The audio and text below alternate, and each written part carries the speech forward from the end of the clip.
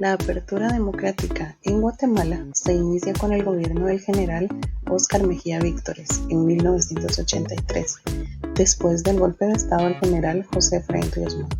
Recordemos que los dos gobiernos anteriores habían intensificado sus políticas contra insurgentes, recrudeciendo las consecuencias del conflicto armado y generando descontento en la comunidad internacional. Constitución Política de la República de Guatemala, 1985.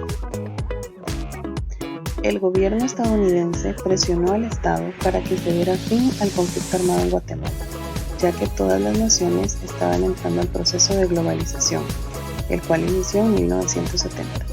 Uno de los pasos iniciales que debía tomarse era la creación de la Constitución Política de la República, la cual sería dictada por una Asamblea Nacional Constituyente basándose en la Declaración Universal de los Derechos Humanos.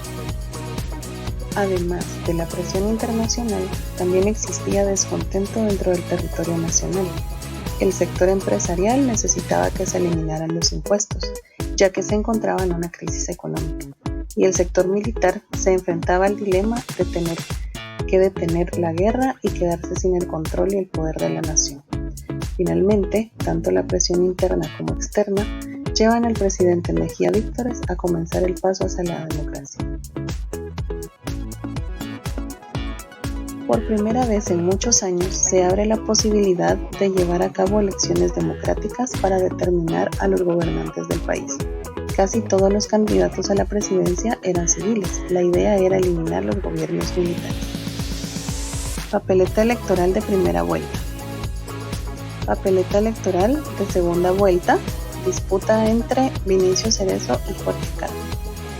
El candidato que se proclama ganador es Vinicio Cerezo Arévalo por el Partido de la Democracia Cristiana.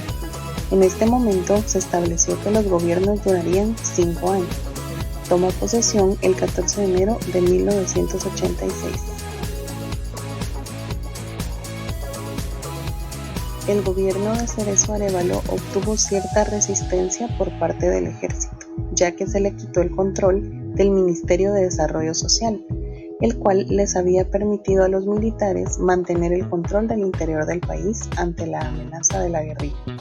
Estas políticas de descentralización le valieron el intento de al menos 5 golpes de Estado a su gobierno.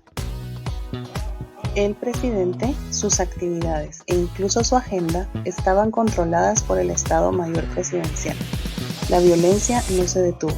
Siguió habiendo secuestros, desapariciones forzadas y asesinatos, enfrentamientos entre guerrilla y grupos paramilitares. El empresariado presionó al gobernante para adoptar una política fiscal afín a sus intereses. La presión y a la vez apoyo internacional llevan a que durante su gobierno se inicien las negociaciones de paz.